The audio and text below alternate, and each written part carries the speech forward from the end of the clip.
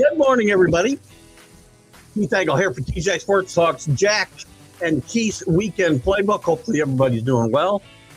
I got a little playback coming in my ear. I don't know why. You can't hear?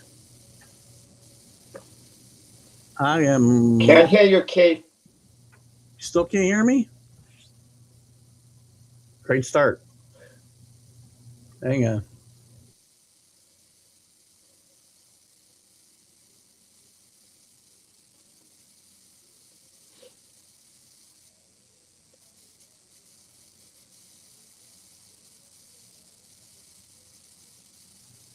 How about now, Jack?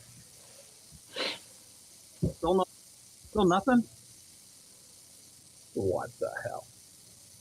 Well, we got a little technical difficulty. I don't know. Jack can't hear me or everybody can't hear me. So somebody please make a comment and we'll find out. Good morning. How about now, Jack? Man, I don't know. I'll pop out and come right back. I'll be right back.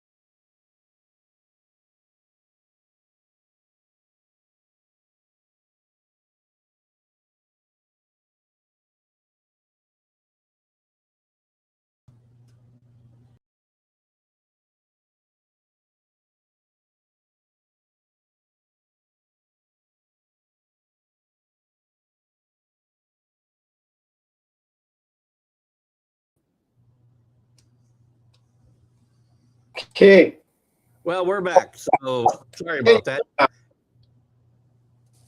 Go ahead, Jack. Do you hear me? I hear you, and Scott Kobe can hear us both, I'm seeing. Okay, so good. Hopefully you're hearing me now. Sorry for that little glitch. I don't know what happened, but Scott was hearing me the whole time, but I popped out and popped back in. So sorry for the slow start there, guys. We welcome everybody on the McGrath Podcast Network, as well as Facebook, YouTube, and Twitter. We'll jump right into it today. My co-host, of course, is Jack Hirsch, former boxing Hall of Fame. Well, you're not a former boxing Hall of Fame writer. You are a Hall of Fame boxing writer. And all-around sports girl. Welcome, Jack. How are you? Back in the tundra here. Well, it's getting warmer here in New York, but welcome back. New York from Florida, but sports goes round black. You don't miss anything. Nothing misses, and we're the NFL never seems to go away. We'll get into a little bit of baseball today and maybe some other stuff, but football never goes away. We're in the heart of the combine. Fernando Mendoza not throwing, Ruben Bain not participating. I just found a bunch of guys that are not even participating. Let me give you a couple of guys. Jordan, all these guys are expected to be early first round or at least first round draft picks. Mendoza, Jordan Tyson from Arizona State, wide receiver, Jamon McCoy from Tennessee, Derek Moore from Michigan, DJ Allen, Ruben Bain, all there. Well, some of them aren't even there, but not participating in drills. Mendoza prefers to throw at his Indiana Pro Day, I think, on April 1st. He says, and I'll take him at his word, to give his own receivers a little bit of a spotlight as well. But I think he's more comfortable throwing to his people, too. Is this a good for these players? Some players, I guess it's still good for. But, it's good for the guys who are projected to go high in the draft to avoid the combines. Just do the interviews. Don't do the drills. The interviews are always important. You sit down, you tell the teams why you're not going through the drills, and you explain. You have everything on game tape. You're willing to take all the medical exams they need, but you're not going through the drills. You've proven yourself, and you want to come across and have a really good interview. Because these combines, they're only useful for the lower round draft picks.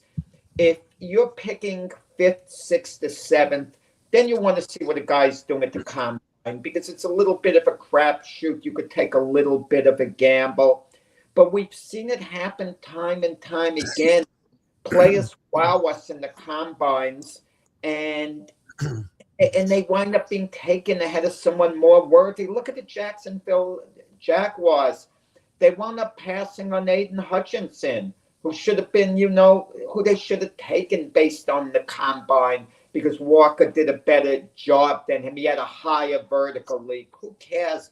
Zach Wilson, because he made some great throws across his body. So the Jets take him number 2 overall. They think he's this phenom. Anthony Richardson, who comes across supposedly as this physical freak in a positive manner at the combine. So the Colts think, oh, we got to take him at number 4 overall. Otherwise, we might never live this down. Well, they never live it down now. Not in the way that they thought, perhaps. Well, and it doesn't make sense, Keith. They played enough games in college. You have enough tape. You have enough on them. So they shut you. And you want to see how high someone could do a vertical jump? That doesn't have a lot to do with football. Okay, you want to see a guy how quick he runs the 40? I mean, it's football speed. So if a guy's a fraction of an inch slower, but he has better instincts on the football field and better hands, that's more important. I mean, you think guys are more likely to move up or move down or stay the same, I guess. I think you get, as you said, I think you get misconceptions either way. Tom Brady, nobody had a worse combine than Tom Brady 100 years ago. I get it, but it was horrible. And look what happened. So does it mean anything at all? Where would Brady have gone without the combine, you think? He wouldn't. I don't know that he would have gone anyplace different, quite frankly. But he went in the 6th round, and based on what he did at Michigan, he should have gone higher. He might have been a 4th round pick. He was never going to be more than that, I don't think. If I'm the Jets or another needs a quarterback, I do not want to see Ty Simpson, from the quarterback from Alabama, who had a dreadful second half of his season at Alabama. I don't want to see him have a great combine and the Jets pick him at number 16. The Jets go number 2 and number 16 in the 1st round. I don't want to see that. And some teams might get tempted based on the combine. And it's not the place to pick a player in the 2nd, even 3rd round. Once you get to the 4th round, you could play around a little bit with the pick. Even though 4th round selections, you can get a starter in the 4th round. By that point, you could gamble a little, like the Jets. They have 2 number 1s, 2 number 2s this year. They don't have a 3rd round pick, and then they have 2 number 4s selections. You could gamble a little in the 4th round based on the combine. You could take a little bit of a flyer at that point, even though I'd still be hesitant in the 4th round. Well, it's funny. I know you didn't want to get into necessarily our perspectives, but it sounds like we're talking about our perspectives about the combine in general, that it is irrelevant. It's irrelevant. I mean, to me, you're right. Teams have plenty of film, and players can only hurt. I guess there's some guys that could help themselves, right? But not if the good guys don't show up, right? If the good guys don't show up, how the guys trying to move up really help themselves when you're not being compared head to head with other players? Well, you projected, and correct me if I'm wrong, the guy you would take after Mendoza's going to go to the Raiders at number 1. That's not going to change. Starting with the Jets at number 2, a number of guys play, but the guy you would take would be Reuben Bain. You've been saying all along, who you're tremendously high on. But his stock is dropping at the combines. He's not going number 2 to the Jets. There's a chance. And why is it dropping, though? It's dropping purely on the measurements of his arms. That's really why he's dropping. What else? Reuben Bain could fall, to number 18 for all we know at this point. His stock is falling. And for what reason? Why would you fall from 2 to 18, let's say, because of just measuring your body? Because he's not participating in drills. He has not hurt himself, or if he's had interviews, I haven't heard about him hurting himself in the interviews. I don't understand that. The Will Campbell syndrome. I mean, Will Campbell was taken number 4 overall by the Patriots last year.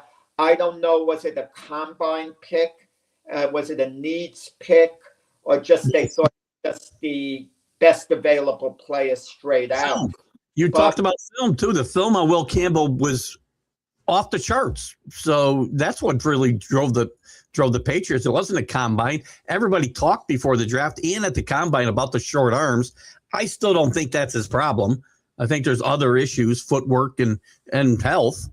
And Ruben Bain, I don't think it's a fair comparison. One's an offensive tackle, one's an edge rusher. It's totally different skill set. So, but I'm going to tell you, this draft is deep, Keith. This is really pretty good draft. Not the quarterback position, ironically. After Fernando Mendoza, there's no one worth taking really to me in the first 2 rounds. Maybe in the 3rd round, you start looking at some guys. You know, I like Carson Beck, but I'm going to be honest about it, Keith. If I'm the Jets, I wait till the 4th round to see if he's there.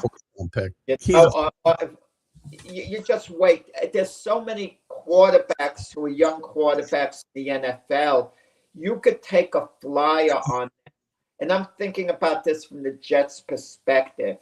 Next year, there are going to be a number of really good college quarterbacks coming out.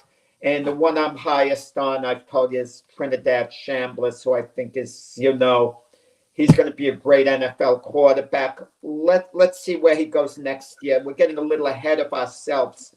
I'll be interested to see that opinion about 10 months from now. He really needs a quarterback bad enough the way the Jets do. The Jets are ready. I don't want to say tank this season, but there's no need to address the quarterback situation per se, because they're thinking of it next year. But Anthony Richardson and Spencer Rattler are 2 guys you could take a flyer on if you're a team like the Jets or the Arizona Cardinals. You get these guys, and if all of a sudden they put it together, you don't have to draft a quarterback next year.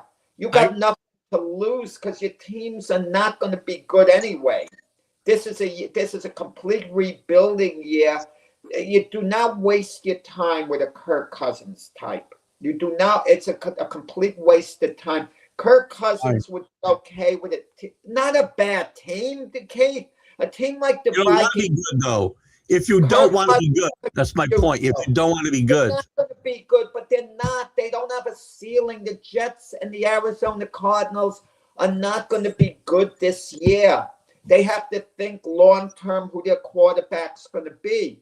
And that's my point. I've heard a lot of conversation this week about don't bring in a Spencer Rattler, don't bring in a Kirk Cousins, don't bring even a Tua in, because that will make them too. Not that they're going to be good, but that will make them too good to be at the high part of the No, it's a little different. It's a little different, the names you mentioned. Tua's established. We know how good he's going to be. It doesn't mean Tua can't win on the right team. It doesn't mean that at all. Kirk Cousins, you know what you're getting. You're getting a veteran over-the-hill quarterback who could still be efficient in the right situations. Efficient, not very good, efficient. Spencer Rattler, you don't know for sure how good he could ultimately be. Maybe not good at all, maybe very good, because he's still young and we don't know about untapped potential. The same with Anthony Richardson.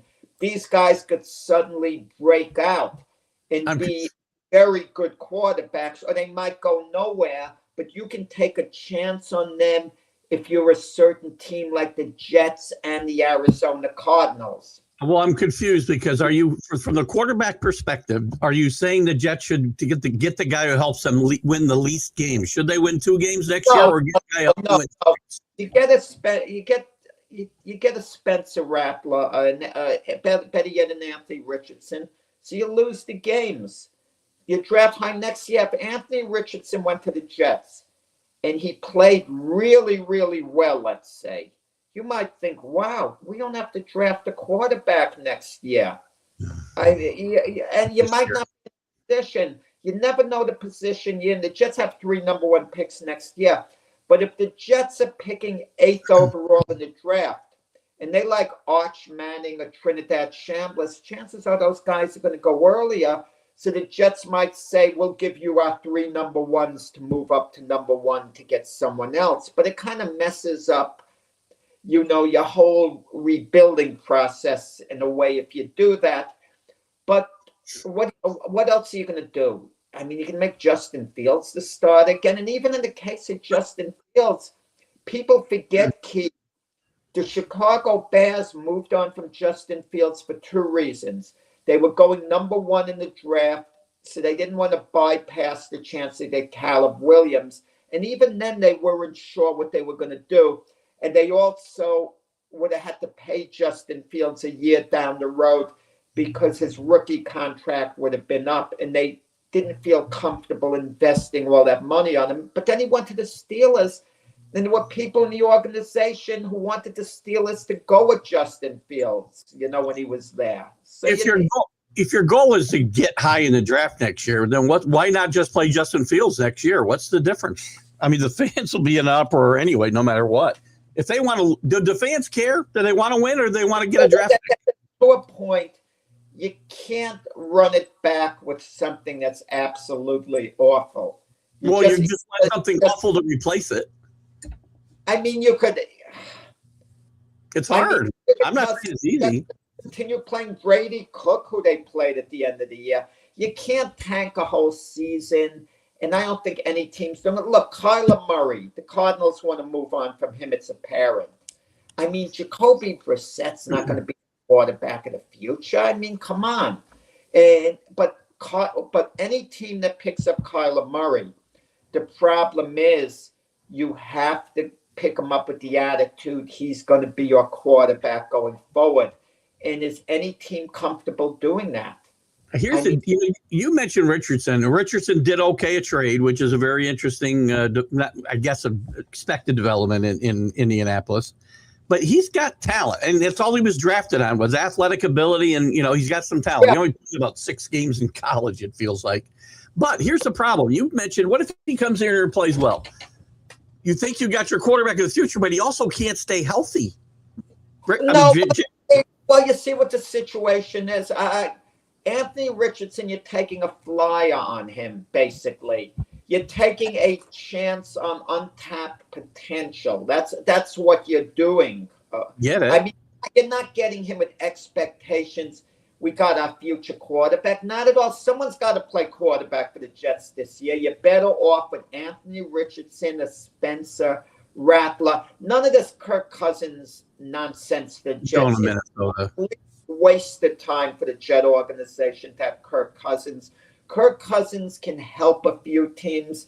He'd be better off at the Vikings. If the Vikings... He's going to Minnesota. The Vikings still hope for J.J. McCarthy to be their quarterback of the future. Let Kirk Cousins go back to the Vikings, and he could start in the interim. And then when J.J. McCarthy's healthy, he could play. But Kirk Cousins, let's forget about it. It didn't work at Atlanta. He's in a win-now situation. He can help a team that wants to win now, like the Vikings. The Vikings get some competent quarterback play. They're contenders again. But going back to the Jets and your theory about Richardson, my worry would be maybe he taps that potential and he plays like Sam Darnold played 2 years ago in Minnesota. Now the Jets are in the same position Minnesota's in, and just say they got the number 1 pick. Well, if he stays healthy for the whole season, can we then start saying for sure that he's injury prone? We don't know it for sure. If he could stay healthy the whole season, let's say Anthony Richardson is a Jets starter and they're 8-9 next season. Do better than people think. 8-9 would be a big leap up for them because I don't think that they're good enough to play around 5 You months. just lost yourself a chance at one of the top quarterbacks. Yeah, I agree. But if the reason is Anthony Richardson and he's that good, do you really want one of the other quarterbacks? We don't know how good Manning is going to be. He's just got charisma. He was spotty at Texas last year. He improved. Arch Manning improved as the season went along. He wasn't lights out at the end of the year. And to me, you take the naked eye test. Trinidad Chambliss is going to be a great quarterback in this league. You might disagree. Okay, you don't quite. I just don't know. I'm just telling you I don't know. I'm not saying he won't be. I'm being upfront about it, right now, and I'm not going to. And when it happens, I am going to tell you I told you so. What about when it doesn't happen there, Mr. Francesa? I'll point it out that I missed it, completely. And I'll be on top of that. Don't worry. and sometimes it takes time. If I would have said Sam Darnold, who I wasn't sure about at the time, if I told you when the Jets drafted him, he's going to be a great, great quarterback in this league. You want to know something? 6 years later, 5 years later, I would have said, wow, did I miss it on Sam Darnold? Was I wrong? And now would I say that? Now I could say, you see, I told you so. I can tell you both things. I thought Sam Darnold was going to be a very good player in the league when he got drafted. Then I thought he was a bust. Yeah. And now I'll tell you I was wrong because now he's one of the better quarterbacks. So, but in the draft, there's so many in the combines interesting things. Caleb Downs' stock supposedly went up. Outstanding safety. Yep. John Harbaugh with the Giants, his mouth is watering. He had a great safety when he was at Baltimore, and John Harbaugh at the Giants are going to probably pick him number 5. John Harbaugh is making the decisions, not Joe Shine. I don't know whether Keith, and I'm sure you did, you saw the report card grades, players and executives, GMs. Jerry Jones has been much maligned by people like you, Keith. Got a B grade. Jerry's overall, right? Yes. Overall, he's not a bad GM. Joe Shine was rated the worst GM. How does Joe Shine still have a job with the Giants? And I'm not for him getting fired. I don't like to see people lose their job.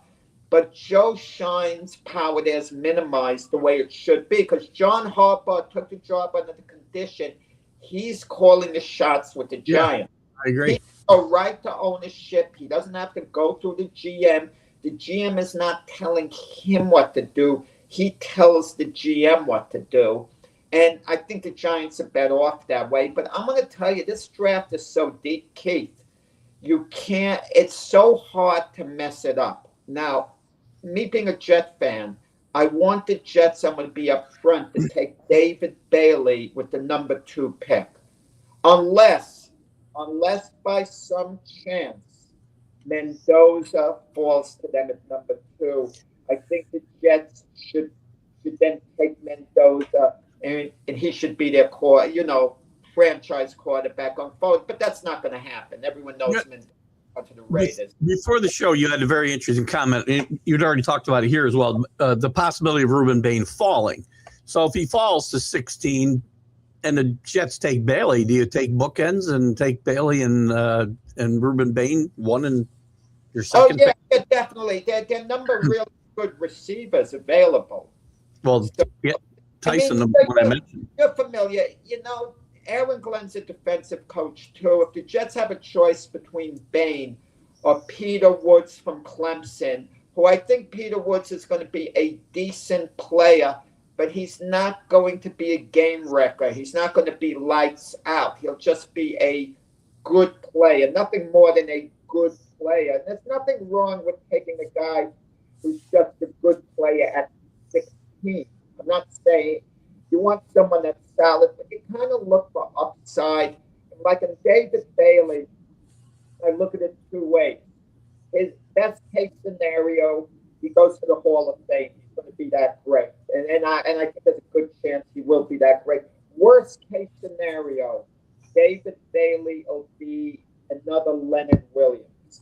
Good player, very good player, but not exactly, not the greatest impact player, not a game changer, but a good player. So if he's another Leonard Williams, that's the worst case scenario. You didn't flop on the pick. You got still value for the pick, but they're going to be better guys that are being picked behind him. Well, the elephant in the room here is the fact we allude to the fact the Jets have 3 first-round picks, but as of yesterday, next year, this year they have 2. Oh, I'm sorry. And the Jets go number 2, number 16, number 33, and number 44. Okay. Even with that, we have to look at the fact that the Jets have not been very good at first-round draft picks for a while. They just released the third. They had 3 first-round draft picks in 22, I believe. Jermaine Johnson was the last one of those to get traded. The rest of them are already gone. He gets traded to the Titans yesterday, back to Robert Saleh. So they haven't had a great track record of drafting. I know we have some new people doing it, newer people doing it, but should the Jet fans trust this front office that they can make it happen? And what do you think? By the way, no, I don't trust the front office, but this particular deal wasn't a bad deal for the Jets. When I first heard it, I said, like, what are they doing? Because my mind was in a fatigue mode in this sense. Jermaine Johnson had a very good rookie year under Robert Saleh. And then the last couple of years, he hasn't been much. He's been injured a little bit, but he hasn't been that effective. He hasn't been that good. And Robert Saleh, when he was head coach of the Jets, brought the best out in Jermaine Johnson. So he's getting him back. The way he got Bryce Huff back last year when Saleh was the 49er defensive coordinator, when Huff signed the free agent contract with the Eagles after performing so well under Saleh with the Jets, Huff was a bust with the Eagles. And Saleh revived his career with the 49ers and made him a good player again. And I suspect he could do that with the Tennessee Titans now, who Saleh's the new head coach of. I like what they're doing down there, by the way. I like what he's doing, bringing in guys that he's familiar with that he can revive. He's going to 3-4 defense. He's brought Brian Daboll in there, who you may not like him as a head coach, but he's a pretty good offensive coordinator and was instrumental in Josh Allen's ascent to the top of the league. Yeah, so Brian's too good now. Cam Ward is still a bit of a project. People don't like to hear that because when you're number 1 overall choice of the draft, your project. But this is the thing, Keith. Once you pick a guy number 1 overall in the draft and he's picked, it's as if you can't move on from him because of the investment. You have to milk it out for years until it becomes apparent it's not going to work. Look at Jameis Winston when he was drafted number 1 overall by the Tampa Bay Buccaneers. They stuck with him for years until it became apparent he wasn't going to be their guy. If he wasn't drafted number 1 overall, they would have moved on from him sooner. Why is it different if you're drafted number 1 or number 10? It's the same freaking thing to me. The Vikings look to be more than ready to move on from J.J. McCarthy, who got drafted 10, but number 1 picks will stick with forever until they prove they can't do it. And I'm not saying Cam Ward won't do it. Cam Ward, I said, was a project when he got drafted. But, but you get about 2 years to make it in this league, and we give up on you. But at this point, if Tennessee moved on from Cam Ward, there's no reason for them to do it because Cam Ward showed some promise. The jury's still out. He's got to get. He's an old school quarterback in this sense. You got to develop him over years, Cam Ward. And in Tennessee, you have a good situation. They're not in a win now mode, so you could develop a program over there. New coach now in Saleh. So let's see how it works out this year. But if Cam Ward is erratic this year, why do you have to move forward with him in the future? Why do you have to stick with him if he's erratic, if he's not quite your guy? Because he was drafted number 1 overall and you don't want it to seem like, oh, we wasted the number 1 pick in the draft. You don't get 5 years anymore to turn it around either, right? I mean, you get a couple of years, you better be heading in the right direction or you're done.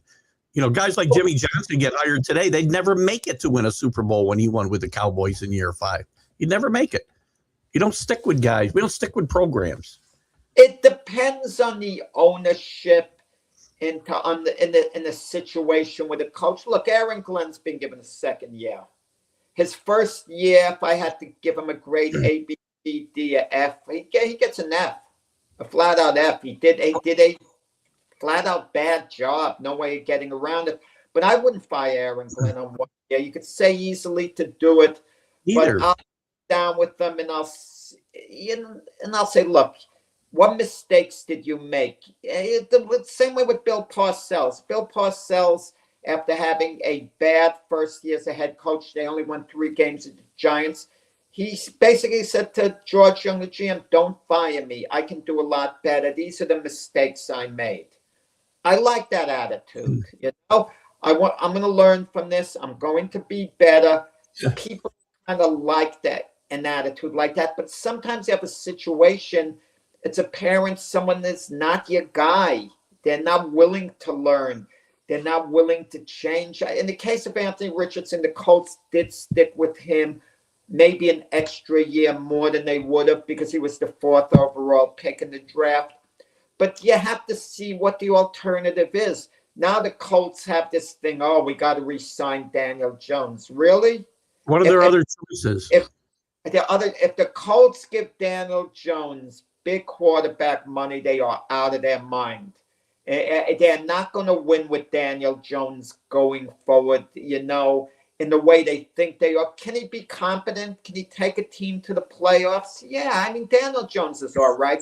He had a few games in which people overestimated his prowess because Jonathan Taylor was lights out a running back. And when Jonathan Taylor slumped, it's no coincidence Daniel Jones' performances went down a little. But yeah, I would move forward with Daniel Jones as my starter if they could sign him at mid-range quarterback money. Because what are your $120 million? What are your alternatives?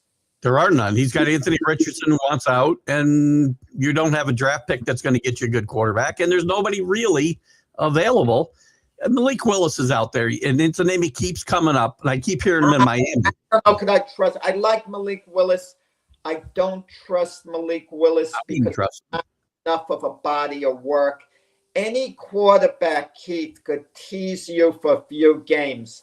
Case in point, one of your main guys now, Tommy DeVito on the Patriots. He won 3 games for the Giants. He created a buzz for 3-4 weeks. People were excited, but he's not a starting quarterback. Green Bay, actually, where Malik Willis played last year, obviously, they're like the poster child. Who's the guy that played 3 games replacing Flynn?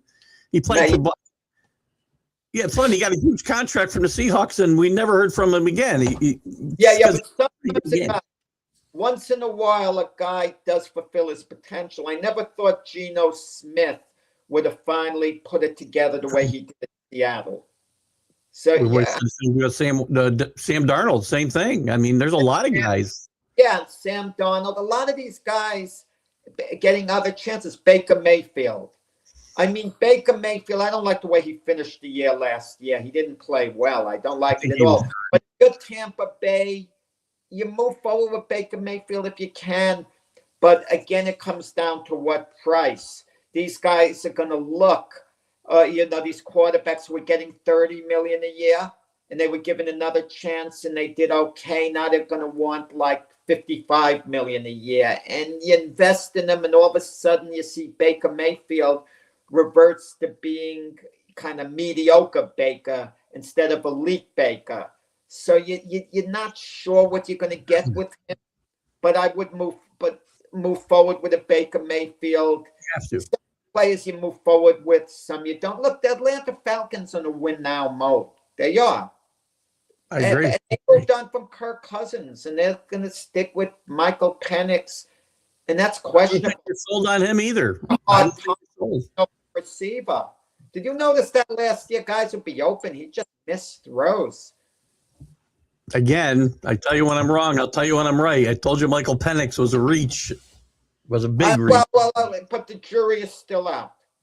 The jury is still out. He's just if he can stay healthy and have a good year. But this is it. And then, by the way, in the case of J.J. McCarthy, it was more than just picking him at number 10 for the Vikings. They moved up one slot with the Jets, and they gave up a 3rd-round draft selection. So they gave up a player that could have, in addition, who would have helped the team, I guess, have been in the position too. It does sound like they're ready to move on from him entirely when you listen to what they've said at the Combine about McCarthy. No, the Vikings interesting. If the Vikings want to want someone else to quarterback them. And if they feel obligated to J.J. McCarthy, they should have their heads examined. The best fit on the Vikings, who they could get, would be Aaron Rodgers, actually. Because if Aaron Rodgers went to Minnesota, he would be super motivated to be in that division. That's his division: Packers, Bears, Lions, Vikings. Imagine Aaron Rodgers in a Viking uniform, and he could still play. He's not the old Aaron Rodgers. He could still play. Him and Justin Jefferson would be a great combo, the way he and DK were very effective at Pittsburgh. And J.J. McCarthy will be the backup there. And if he gets his chance, We had the same conversation last offseason. That didn't happen then. Why would we think there's more of a chance of it happening now? Because they were counting on J.J. McCarthy to be their quarterback and to perform and have a good year. It didn't happen. It's twofold. J.J. McCarthy was so on the field. He had some really good moments, in fairness to him, some very good moments. At times he played well. At times he didn't play as well. But look, he was essentially a rookie, even though it was his second year. So that's okay. Your performance is spotty at times, but he was hurt again. It doesn't make you a bad quarterback if you're hurt, but if you're unavailable, I feel for the guy who's unavailable, but you can't help the team if you're unavailable. Your favorite coach, maybe not as only as a coach, but as a person, Bill Parcells, he wouldn't even let a hurt quarterback. He wouldn't even let a hurt quarterback or hurt player sit on the sidelines. If you're hurt and you can't help, get lost. I don't want to see you around here. Well, that's when he got in trouble for Terry Glenn calling her she. Imagine if he called Terry. Imagine if he was coaching today and called Terry Glenn she. He'd lose his job the next day in the environment we live in today. Yeah. I mean, the environment we live in today is like off the charts, not in a good way. It depends how the remark is intended. It doesn't matter because they take what you want. We know how that was intended. So, again, not a good guy, great coach. We know that. What else one thing in the NFL we have not touched on, I want to touch on it quickly here before we move on to some baseball and maybe some other talk. The Bears moving from Chicago to Indiana. I can't see that happening. I mean, come on. Chicago cannot let this team leave. I mean, I don't get it. Do you think that, I'm asking you, do you think that's just talk? Is there a realistic chance of that happening? I mean, this is a storied franchise.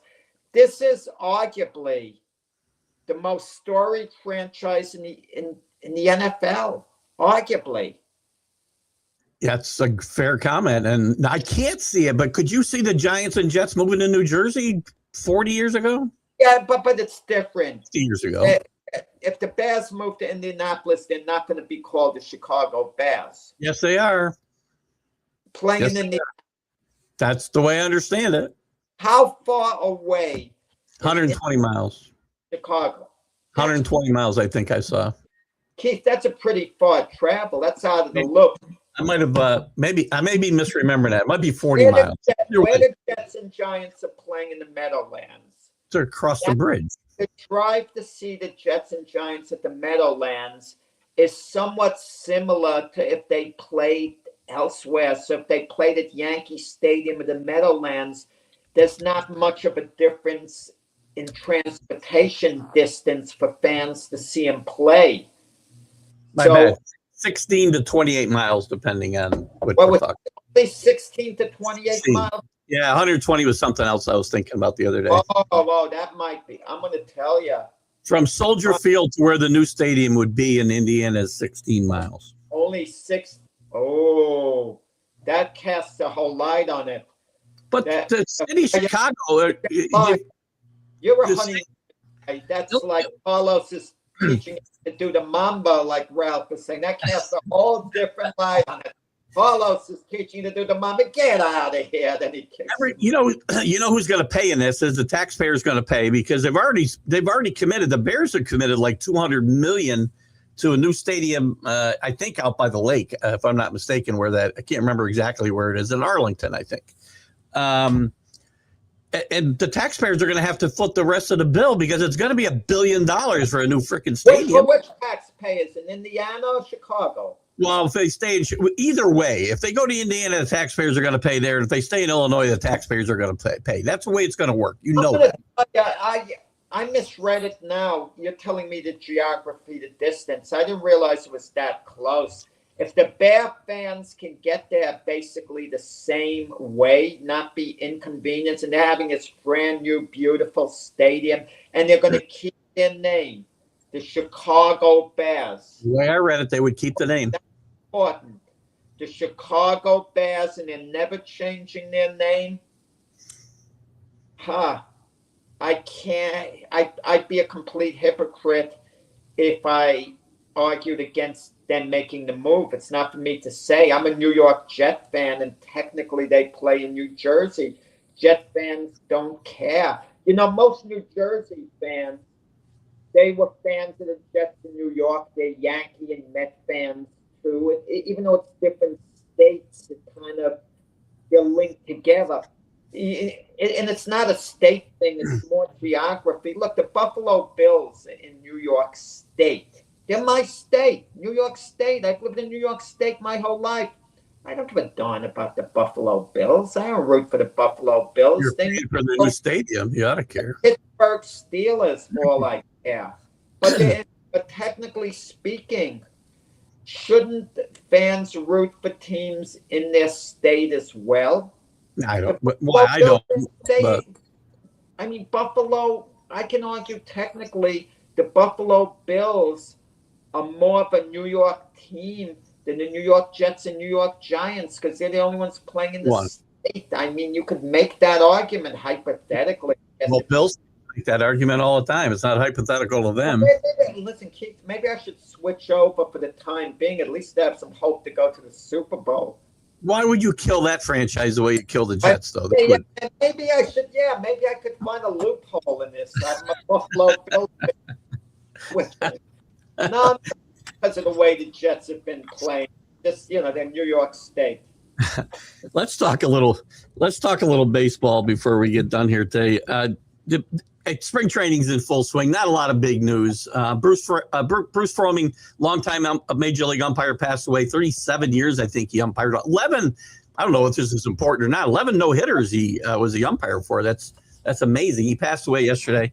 I think at 89, I want to say. But our thoughts and prayers go out to his family. Yeah, he took ill and fell down. And you think of umpires, you think of him definitely. Big name umpire. And, Major League Baseball is now taking some of the power away from the umpires. I don't know how the old school umpires like him would have felt about it. In a way, it's a good thing. In a way, it's not so good to minimize the importance. I'm sure Don Deckinger would have loved for there to be replay, in the World Series. And, I have always... I'm sure perfect game with Armando Galarraga that Joe Joyce would have been overruled. Yeah, not to get. Do you think so though? If Don Deckinger, we don't know who Don Deckinger is if that doesn't happen, and we don't even think about the 1985 World Series if we don't have that play. Just been another World Series, but that lives forever because of that one instance. Human error is part of sports, and I think it's okay that the officials make a mistake now and again. Now you can't be as egregious as they've been like on balls and strikes the last several seasons, but they've made their own bet here. I don't want to go into with Joe Joyce and Armando Galarraga. That perfect game, the missed call at first base when he called a runner safe instead of calling him out when he was clearly out. Yeah, that could have been better for Galarraga's legacy. He didn't get the perfect game because we talk about it. If he just got the perfect game, he'd just be a name, and he wasn't a high.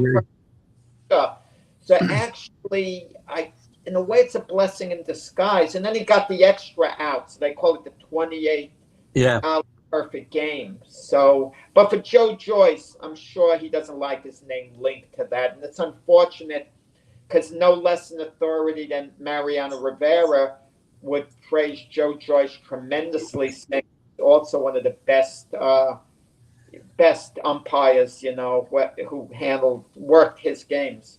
You know the way Anders Galar, or not Anders, well, is it Anders Galarraga? That's his first name?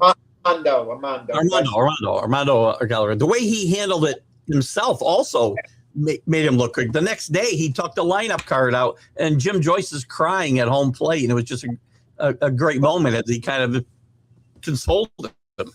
But it was so classy. Day, the then President Obama said, "What a nice conclusion," them out there. Yeah. It was just handled in such a good way.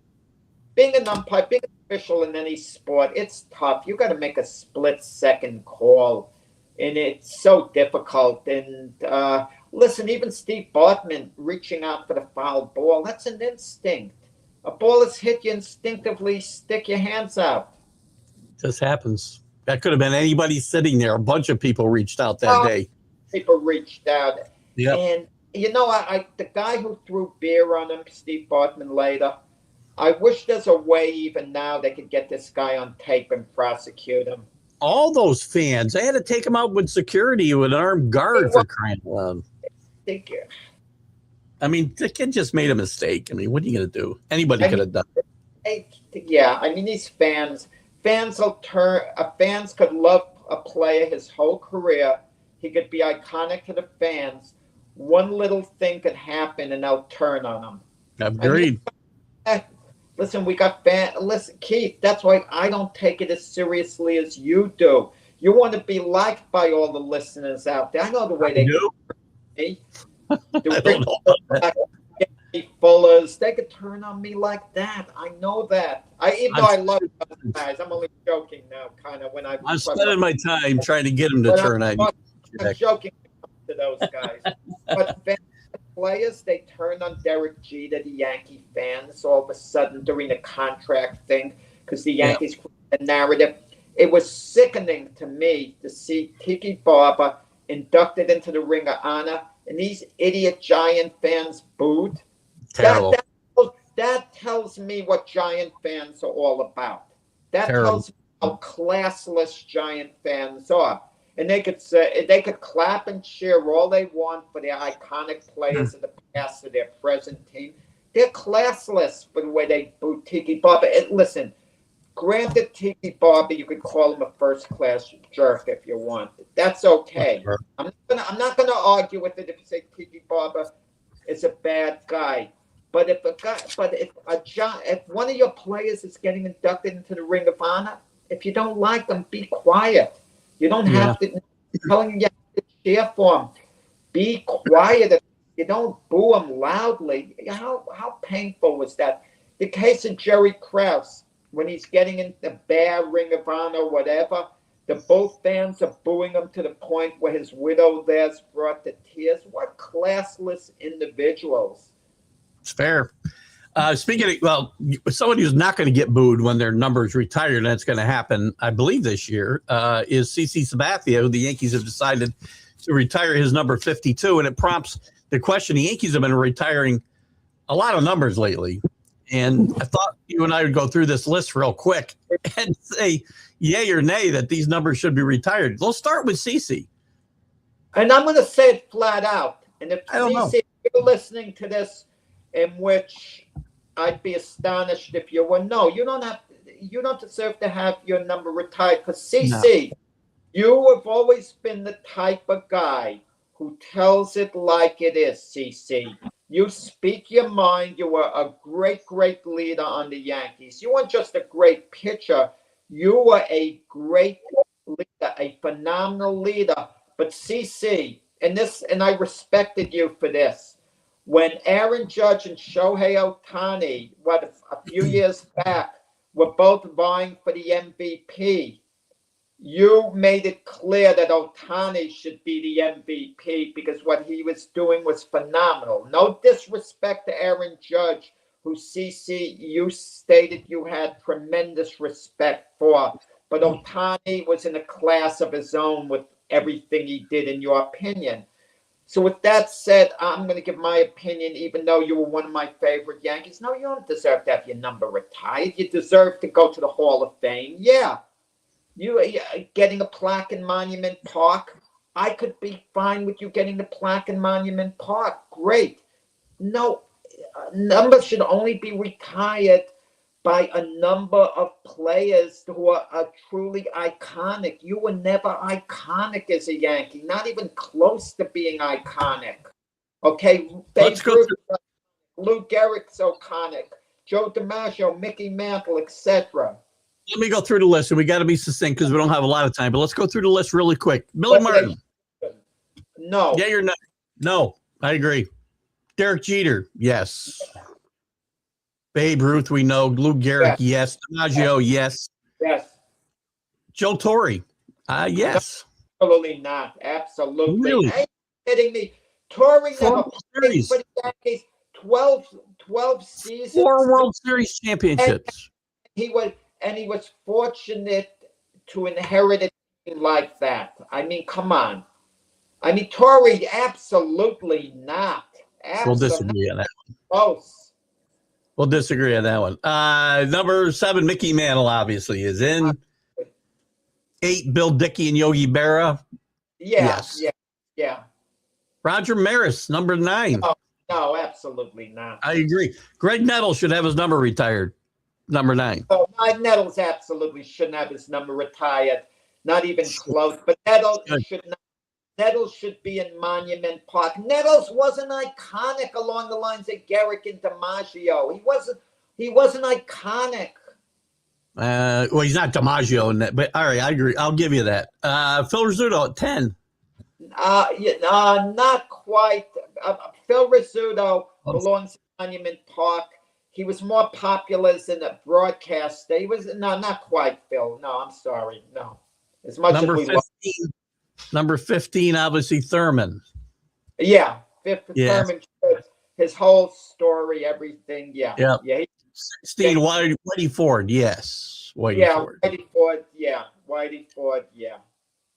20 or Posada. No. Paul O'Neill. 21. No. Paul O'Neill. No, not close. 23, Donnie Baseball. Yes. Yeah, you want to know something? Donnie Baseball. Yeah, but it's not a no-brainer. But yes. No, it's not a no-brainer. I agree. 32, Elston Howard. No. I would think of it in this sense. First black player in Yankee history, and a heck of a player, former MVP. He performed, for the reason, the discrimination he went through, everything, being a pioneer, I could be okay with his number being retired. Yeah. I'll give you that. 37, Casey Stengel. Casey was so famous. You said no to Torre, though. But Casey was more famous than Torre. Casey was a part of baseball history. Torre, listen, I could have gotten a number of managers to do the job. Casey didn't win. Same with Torre. Torre, definitely not. Definitely not. Casey. Yes. Casey was famous. He was the Tommy Lasorda of the Yankees. Okay, so yes. The next one is a no-brainer, but he's also retired league-wide for Jackie Robinson. 42 at Mariano Rivera. Yeah, of course. No-brainer. But you retire his number separately as a Yankee. Yes. You know, yeah. 44, Reggie Jackson. Absolutely no way. No way.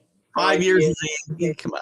Put him in Monument Park for his great moments, in the World Series. He belongs in Monument Park, but that's about it. 46, Andy Pettitte. No. I say no. If Andy Pettitte had not left and come back, I'd have said yes. If he was the winningest Yankee pitcher of all time, I'd think about it more. Yeah. 49, Ron Guidry. I love Guidry, but I'm going to say no. Love Guidry. 51, Bernie Williams. They're not. No, unfortunately. No. But I'll tell you what, he deserves it. I think more than O'Neal and Posada, quite frankly. I think Bernie was a better player than those guys. Well, he is retired, so. Yeah. No, I'm saying if I had to take one of those guys out, I'd give it to one of them. Category is Posada and O'Neal in that sense. Yeah. Is there anybody missing from the list that should be there? Not having a number retired who I could think of. Too many of the numbers are retired. Look, and teams are doing it. It's crazy. The Dallas Mavericks recently retired Mark Aguirre's number. Mark Aguirre was a troublemaker with the Mavericks at the end. He forced his way off the team. Yeah, I agree. A guy's number who wanted out. Darryl Strawberry made the remark about Pete Alonso. He's going to regret not being a Met, blah, blah, blah. But I thought about this. If Alonso stayed with the Mets, he would have broken more records. Darryl Strawberry's number was retired by the Mets. And I'm saying, why? He played 8 seasons for the Mets. You're retiring his number? I don't get it. You retire a number for Tom Seaver. Okay? Tom Seaver should have his number retired. How many Mets should genuinely have their number retired? I can only think of Tom Seaver. That's it. Well, maybe Kuzman, but no, Kuzman not quite. Kuzman, if Kuzman was on other teams, he wasn't quite an ace. He wasn't. He played for the Mets. He was a key cog in that Met team. Just like Andy Pettitte was with the Yankees. They were similar. No, not Kuzman. He was a Mike Mussina type Kuzman. No. That's retired Willie Mays' number for crying out loud. I don't think you even get this. A player's got to be iconic. I do get it. Iconic means different things to different people. Iconic means different things to different people. Iconic within that franchise. They don't have to be iconic in the world of baseball. Iconic. Okay. With that franchise. Then let's retire Ron Darling's number. No, he's not. He doesn't match up to Kuzman. Number. Keith He doesn't match up to Kuzman. Gary Carter. I mean, I would soon, these guys, Keith Hernandez, Strawberry, Gary Carter, put them in the team's Hall of Fame. Put them in a plaque in the outfield in their so-called Monument Park or whatever they set up. But don't retire the number. I mean, only in the case of Tom Seaver, I could see. I mean, that's it. Well, that's fair. And then, we'll have to look at some of this. It's a subjective conversation, right? Everybody's going to have their own opinion. I have more of an open mind to Hernandez, Carter, and those guys. Because they won a World Series, yeah. Yeah. But Willie Mays? Willie Mays? Come on. He played the NFL, and the Mets are retiring his number. That's for the Giants to do. Exactly. You took ownership of a guy who played his worst 2 years, his last 2 years in baseball for you. That's ridiculous, but whatever. It is what it is. Well, that's about all we got time. Any boxing news you want to throw out there quickly, Jack, before we go over? And yeah, I mean, the 1 minute or so we have time left. I mean, Floyd Mayweather making his comeback. We're going to be talking about that from now until September, him and Manny Pacquiao returning to the ring. And there's a lot of courtroom fightings. I got a big kick. Don King at age 94 is raising hell. He has a lawsuit out that someone's stealing one of his fighters. You love it that Don King is still in the game with a lawsuit. Who is it, Muhammad Ali? Oh, yeah. Yeah, God love that. How many fighters does he have at 94 years old? Not many. His big name is Michael Hunter, a so-so heavyweight. But I guess King wants to be relevant even to a gentle degree. But you got to love it that one of his fighters is trying to leave him for an opportunity, and King is saying no. I'm not sure what King is getting for the fighter, but, it's what is. Well, unfortunately, that's all the time we have for today. Catch Jack tomorrow on the debate show with Brian and J-Train, and I'll be on Sunday morning with the Stream of Consciousness, and we'll have some fun then. But that's all the time we have for now. We'll see you guys later. Have a great weekend. Bye-bye.